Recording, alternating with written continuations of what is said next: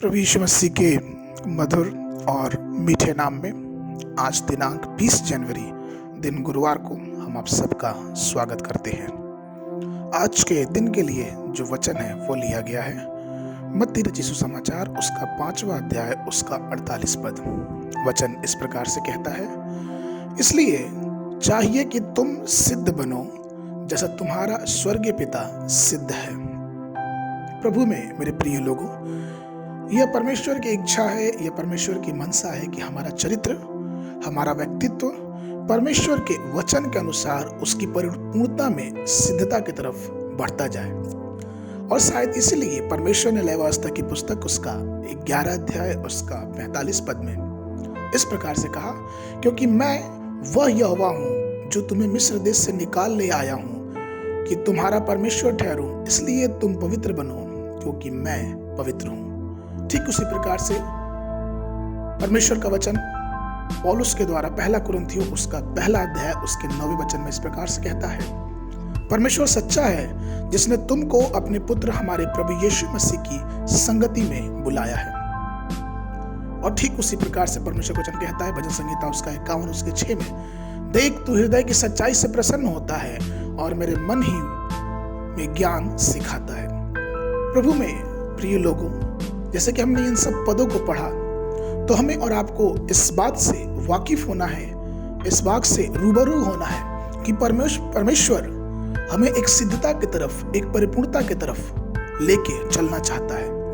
वह किसी भी चीज जो कि बाधा डालती हो हमारे जीवन में उसकी अपेक्षा नहीं करता। वह चाहता है कि हम इन सब बातों से हटके जैसे परमेश्वर सिद्ध है वैसे ही हम भी सिद्ध बने। जैसे कि उदाहरण के रूप में अगर हम ये माने कि एक छोटा सा बच्चा है जिसकी उम्र 3 साल है और वो ज्यादा से ज्यादा 2 या 3 रोटी खा सकता है, तो कभी ऐसा अगर हम करें कि उस बच्चे को हम मजबूर करें, हम उसे जबरदस्ती करें कि नहीं तुम 3 रोटी नहीं तुम 30 रोटी खाओ, तो ये नहीं हो सकता। ऐसा कभी नहीं हो सकता क्योंकि बच्चा छोटा है। ठीक उसी प्रकार से जब हम प्रभु यीशु मसीह को जानते हैं, जब हम उसको अपना उद्धारकर्ता ग्रहण करते हैं, तो परमेश्वर हमें हर बात के लिए मजबूर नहीं करता या फिर वो किसी बात के लिए जबरदस्ती नहीं करता। लेकिन जब चूंकि हमने प्रभु की पूर्णता को अपने हृदय में प्रकट किया है, अपने हृदय में उसको जान लिया है और हम कई समयों से प्रभु यीशु मसीह से प्रार्थना करते हैं, दुआ करते हैं, तब प्रभु चाहता है कि हम उसकी पूर्णता, हम उसकी सिद्धता की तरफ आगे बढ़ते जाएं।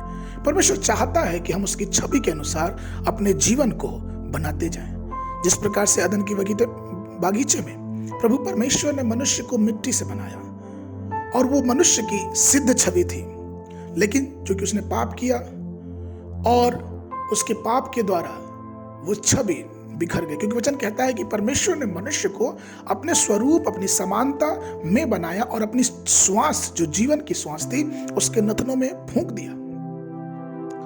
तो वो एक परिपूर्ण, एक सिद्ध मनुष्य था, जो कि पाप के द्वारा उसको सिद्धता उसकी खत्म हो गई।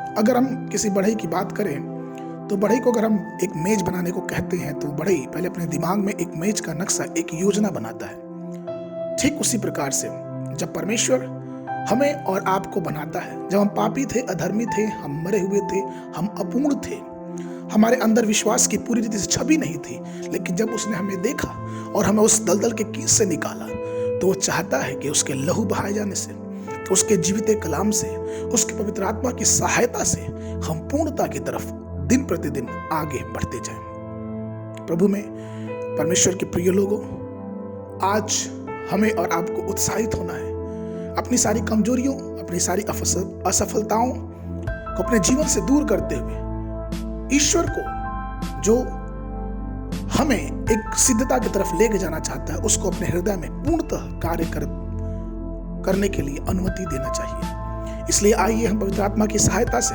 उस परिपूर्णता की तरफ दिन प्रतिदिन आगे बढ़ते जाएं। आज के मनन के लिए जो पद है वो लिया गया है इफिसियों की पत्री उसका 4 अध्याय उसका 13 पद। वचन इस प्रकार से कहता है, जब तक कि हम सब के सब विश्वास और परमेश्वर के पुत्र की पहचान में एक ना हो जाएं और एक सिद्ध मनुष्य न बन जाए और मसीह के पूरे डिलडौल तक न बढ़ जाए। और अगर इस वर्ष आपने बाइबल का अध्ययन प्रारंभ किया है तो सुबह के समय उत्पत्ति की पुस्तक उसका अध्याय 49 और 50 और संध्या के समय मत्ती रचित सुसमाचार उसका 13 अध्याय पद 31 से लेके 58 तक। परमेश्वर आप सबको आशीष देवे।